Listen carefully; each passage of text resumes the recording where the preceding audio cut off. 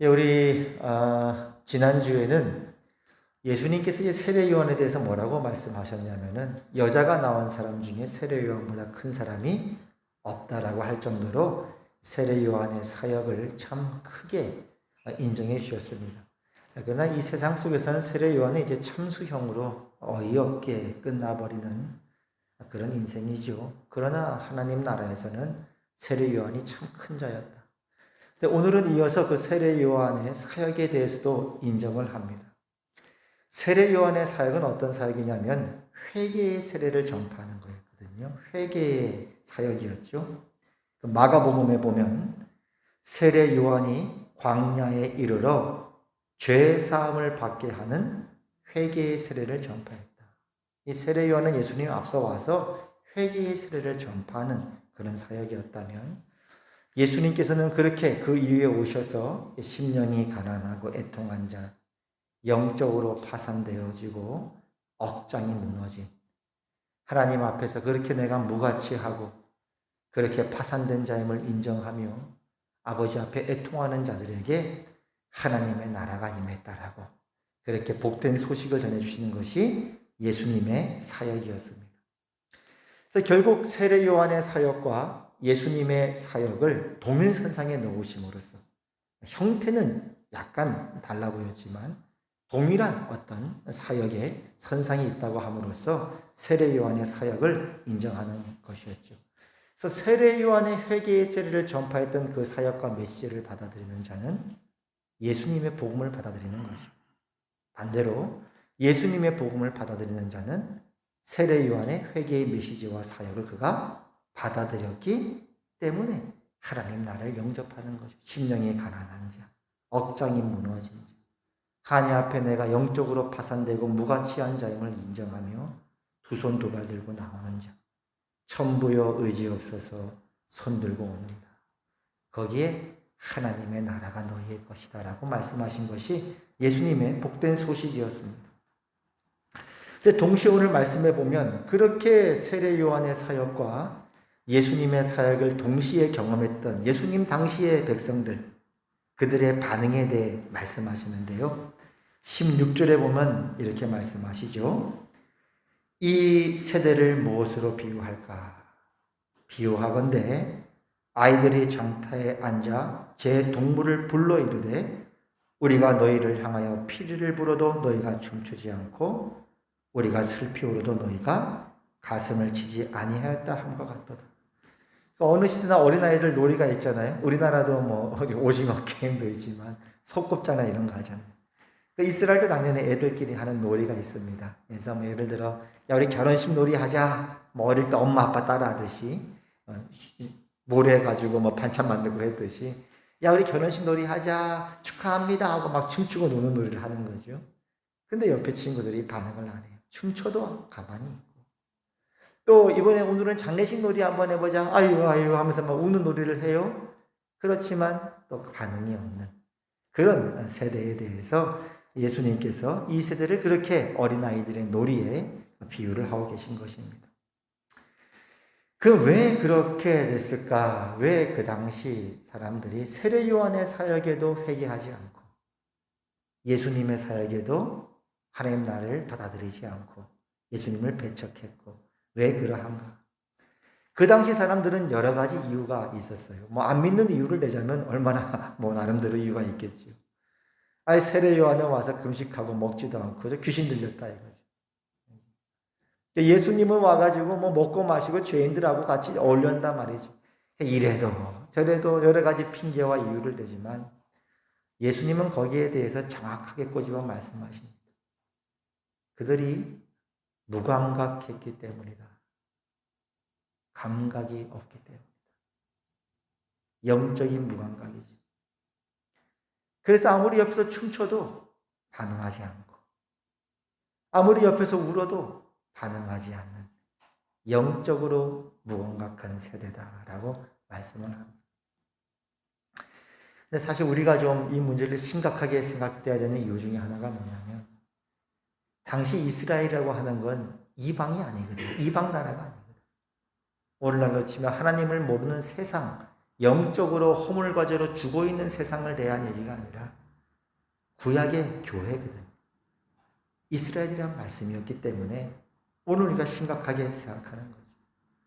구약의 사람들이 하나님을 안다고 했고 그들에게는 구약 성경이 있었고 이방은 없었지만 그렇죠. 메시아를 기다렸고 약속이 있었고 또 열심히 제사도 드렸고 의로 치면 예배도 드렸고 그랬음에도 불구하고 예수님으로부터 무감각한 세대라고 그렇게 책망받지 않았어요. 그렇기 때문에 오늘날 우리 역시 얼마든지 그렇게 무감각해질 수 있다는 것. 그렇기 때문에 이제 심각한 문제가 되는 것입니다. 오늘날 한번 우리가 이 시대 분위기, 어느 한두 교회를 지칭하는 게 아니라 가만히 이제 분위기를 보면 회개의 메시지에 대해서는 좀 많이 약화되는 것 같아요. 그죠? 옛날에는 그저 이제 최권능 목사님 일본 일제강점기 때는 예수 천당 불신지옥 그 마디에 사람들이 막 두근두근거리고 성령의 역사죠. 불신지옥, 회개 이런 메시지들은 많이 좀 약화되지 않았나. 그 증거 중에 하나가 뭐냐면 가만히 이제 저 자신도 그렇고 목회인 저도 목사인 저도 이게 우리 요즘 시대를 보면 죄에 대해 많이 무감각해졌다.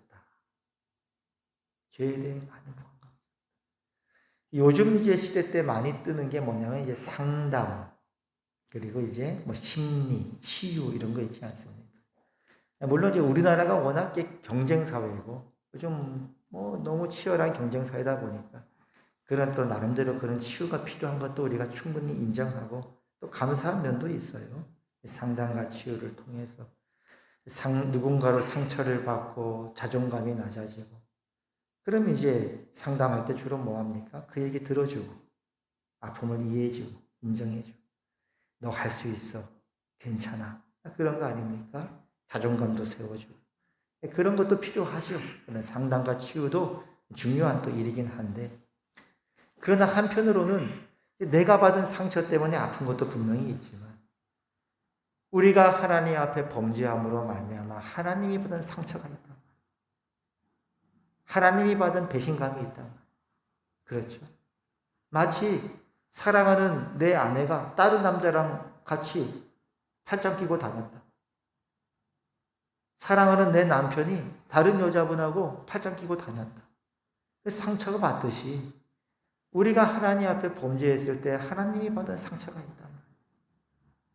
그러면 내가 받은 상처만큼이나 물론 그것도 안 되죠. 너무 치유가 돼야 되겠죠. 누군가로부터 배신당하고 인정받지 못하고 내가 받은 상처만큼이나 내가 하나님께 불순종함으로 말미암아 받았던 하나님이 받으신 상처에 대해서 나는 얼마나 아파.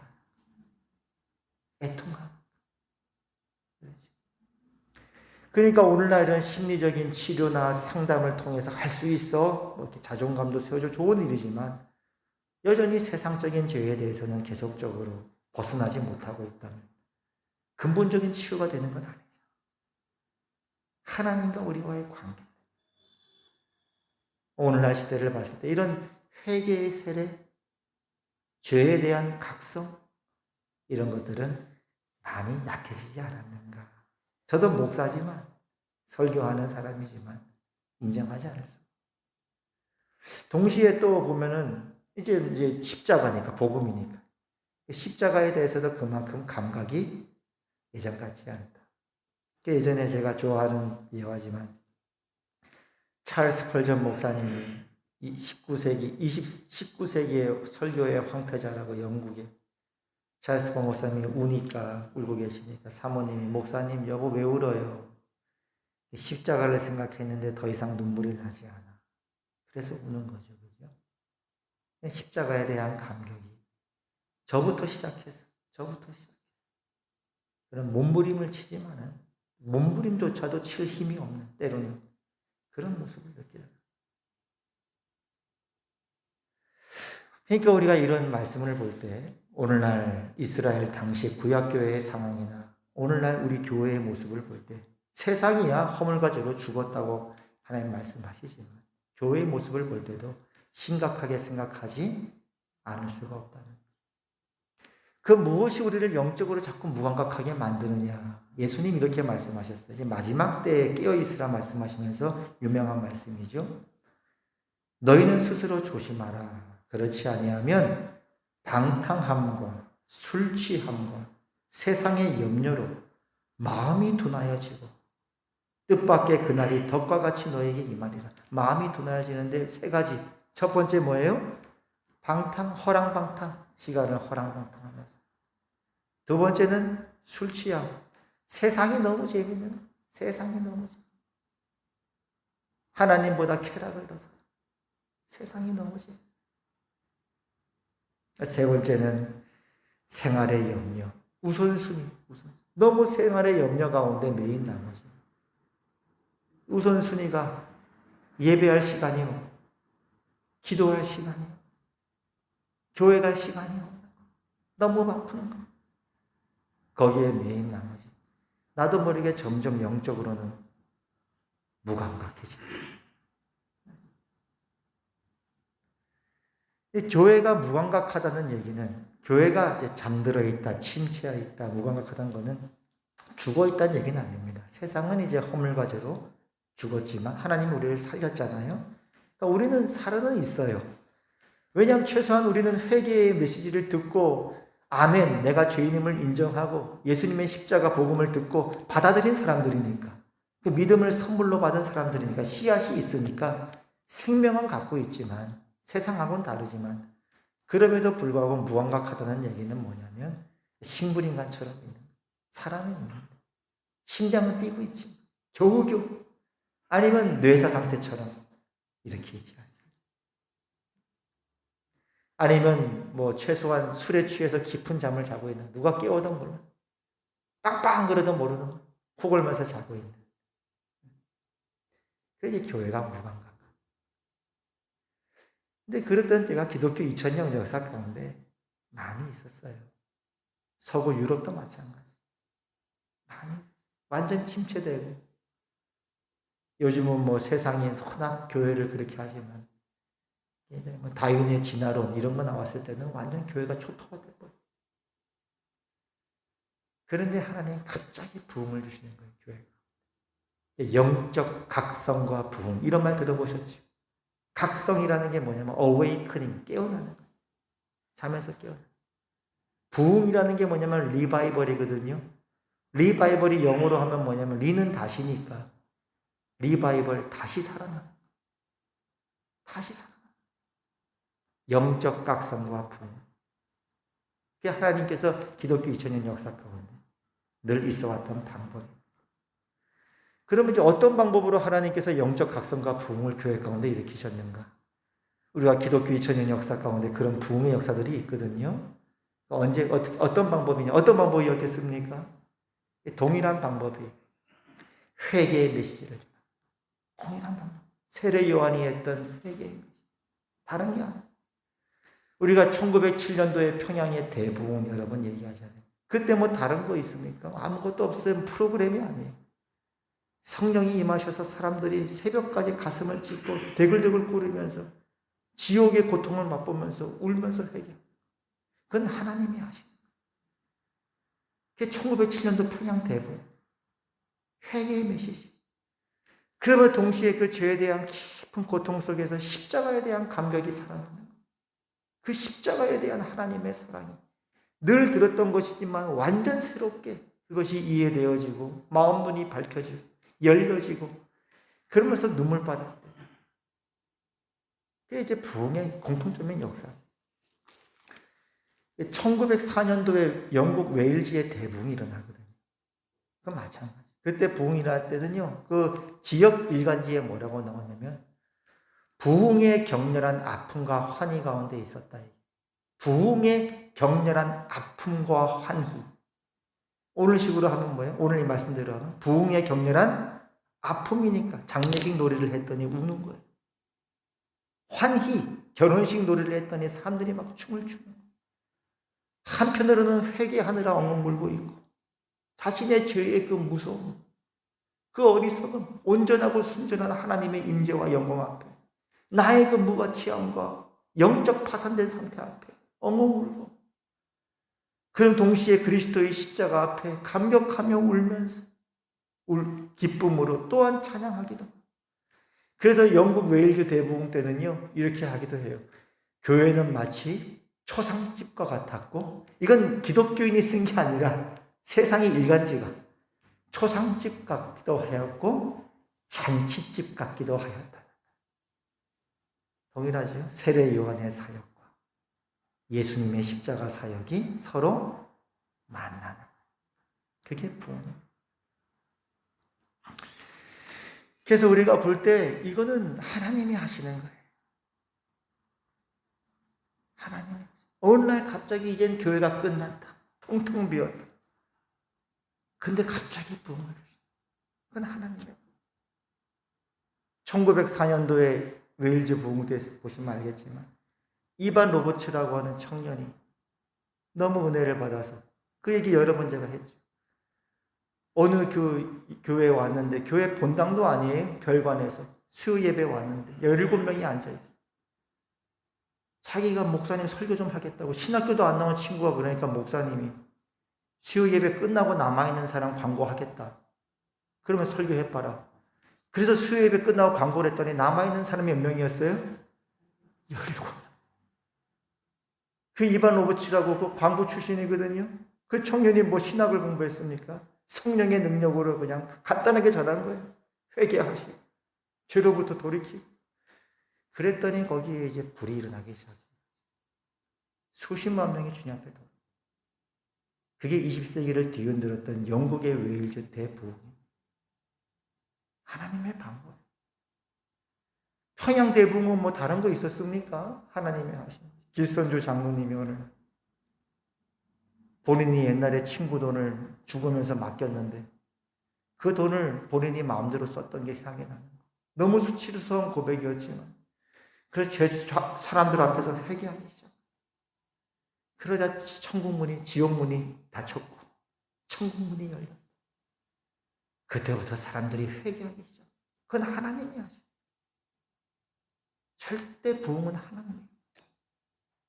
하나님.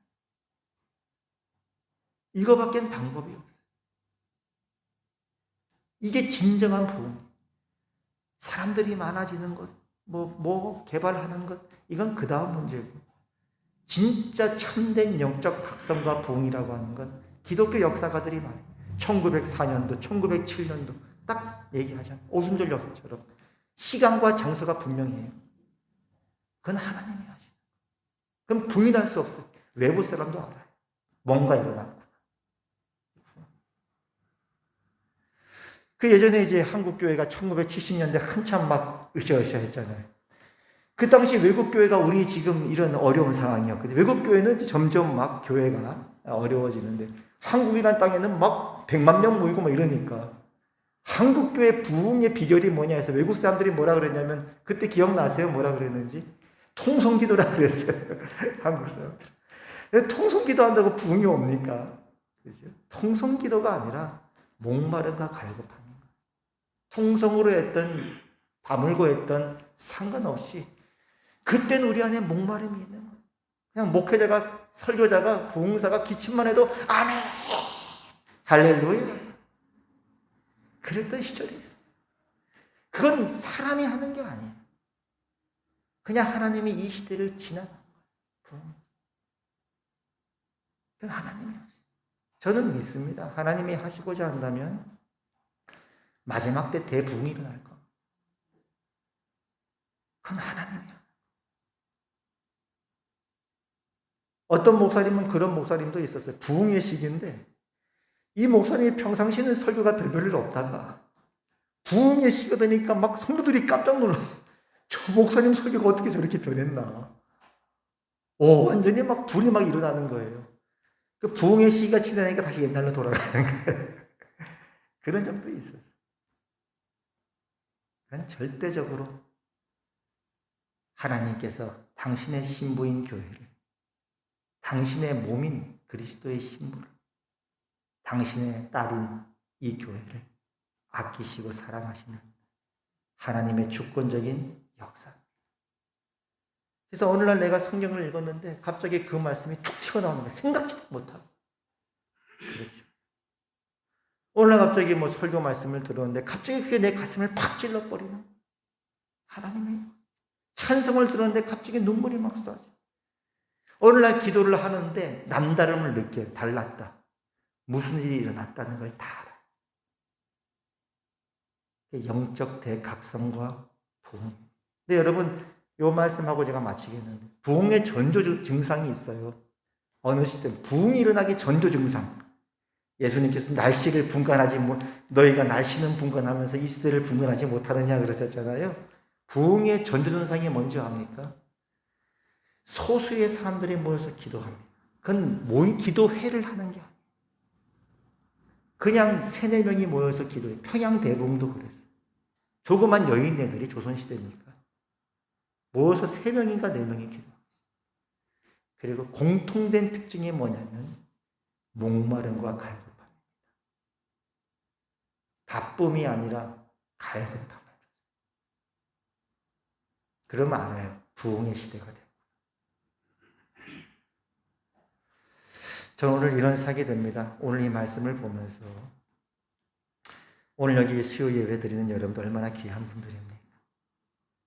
하나님을 향한 목마름으로 그 예배에 대한 사모함으로 오신 귀한 분들 아닙니까? 때로는 한국교회에 대한 안타까움으로 또 우리 화평교회를 사랑하는 마음에서 하나님 그 마음을 아시고 여러분들이 이렇게 보내신 게 아닌가 싶어요. 뭐 영상으로 예배 드리는 분도 계시고 모두가 다 오늘 여러분들에게 이런 말씀을 드리고 싶어요. 나누고 싶어요. 부흥을 위해 꼭 기도해 주시기 바랍니다. 한국교회 부흥. 화평교회만 말하는 게 아니라 진짜 한국교회 부흥. 하나님, 우리가 우리의 죄를 회개합니다. 우리의 죄를 하나님께 자복합니다. 더욱더 우리의 마음 눈을 밝히사 하나님을 더욱 알게 하시고, 하나님을 안다는 건, 하나님 앞에 선다는 건, 이사야가 뭐라 그랬어요? 화로다 나여 망하게 되었도다. 나는 입술이 부정한 백성이요 입술이 부정한 사람 가운데 거하면서 만군의 하나님이신 여호와를 보았도다. 그게 회개. 하나님의 임재와 영광 앞에 가면 회개는 나올 수밖에 없어요. 그게 부흥이에요. 하나님의 얼굴을 구합니다. 주의 얼굴빛을 비추어 주시고 그 앞에 회개하면서 다시 한번 이 땅을 부흥케 하여 주시옵소서. 여러분이 그렇게 기도를 모았을 때 하나님께서 혹 다시 이 땅 가운데 우리를 예적같게 하실지 누가 알겠습니까? 최소한 이런 얘기는 들었으면 좋겠어요. 지금 예수님께서 이 시대를 보면 뭐라고 비유하실까? 너무 죄송하지. 너무 죄송하고 부끄럽습니다. 목사로서 너무 죄송합니다. 하나님께서 이 시대를 본다면 어떻게 비유하실까? 소원하기는 예수님께서 탄식하는 세대가 아니라 이 시대는 부흥의 시대라. 이 시대는 영적으로 깨어있고 살아있던 시대라고 주님의 음성을 들을 수 있었으면 좋겠습니다. 아니면 최소한 그건 어떨지 모르더라도 부흥을 위해 기도했던 세대라고 그렇게라도 주님이 인정하셨으면 너무 좋겠습니다. 그 시대 가운데 너희는 어떤 사람이었느냐. 최소한 너희는 깨어 있었구나. 그 음성을 들으면 너무 좋고 그렇지 않다 할지라도 최소한 깨어 있기 위해서 몸부림쳤고 기도했구나. 그렇게 칭찬받으시는 여러분 모두가 되시길 바라고. 여러분 오늘 우리 수요 예배 영상으로 드리는 분들도 있지만 여기 현장으로 오신 분들 여러분이면 충분합니다. 여러분은 충분합니다. 하나님은 12명을 가지고 세상을 변화시켰어요. 우리가 여기서부터 다시 시작할 수 있다. 여러분하고 저와 김무훈 전사까지는 더 많네요. 이 영상에 예배 드리는 분까지 한다라 충분합니다. 우리가 이제부터 부흥을 위해 기도할 때 하나님께서 다시 저와 여러분을 기쁘게 하실 줄로 믿습니다. 기도하겠습니다. 하나님 아버지, 은혜를 감사드립니다. 너희는 부흥을 위해 기도하라. 이 세대를 무엇으로 비유할고, 이 화평교회를 무엇으로 비유할고, 이 성도들을 무엇으로 비유할고, 하나님 앞에 최소한 부흥을 위해 기도했던 성도라고, 부흥을 위해 기도했던 교회라고, 부흥을 위해 몸부림쳤던 세대라고 하나님 앞에 인정받기를 원합니다. 은혜를 더하여 주시옵소서. 예수님 이름으로 기도합니다. 아멘. 이제는 우리 주 예수 그리스도의 은혜와 하나님 아버지의 그 크신 사랑과 성령 하나님의 감화, 감동, 교통 위로 역사하심이 우리 화평 모든 식구들과 하나님의 백성들 위해 이제부터 영원까지 항상 함께 하시기를 주님의 이름으로 축원하옵나이다.